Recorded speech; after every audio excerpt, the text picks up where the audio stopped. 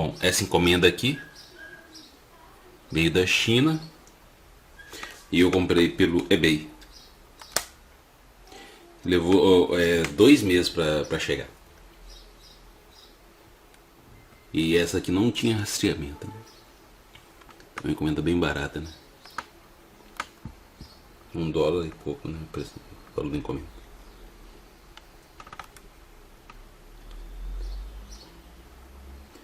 Esse aqui é um noise clip. Fiz a compra pelo eBay. E não teve rastreamento. Levou 2 meses pra chegar, né?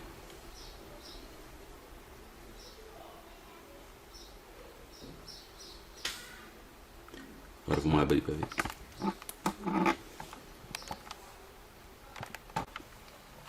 Olhando o verso, nós temos aqui. Esse aqui é o usuário do eBay que eu comprei. Data de postagem 15/7/2015.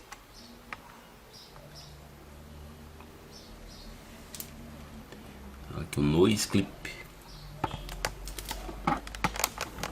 Bom, ele veio protegido com plástico bolha.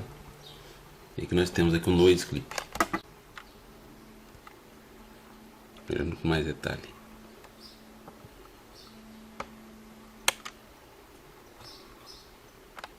Este é o noise clip.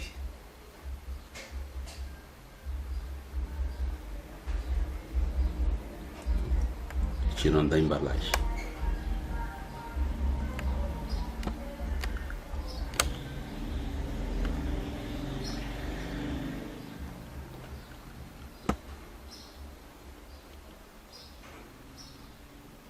Aí são 2 ímãs e a parte do corpo dele.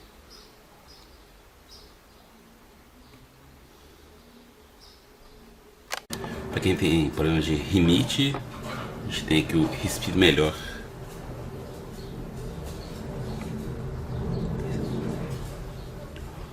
Ou então para quem faz alguma atividade também, você pode usar ela. Respire Melhor. Ele abre as vias nasais, né? Alivia o ronco, congestão nasal, reduz ronco, e melhora a respiração também para quem tem rinite.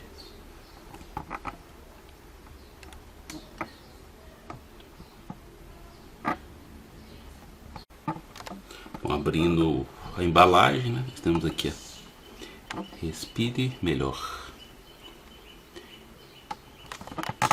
Lembrando que tem 2 tamanhos. O tamanho médio e o grande. E tem também para pele normal. Tem para 2 tipos, né, de pele, né? Esse aqui é o grande. E tem também o médio, né?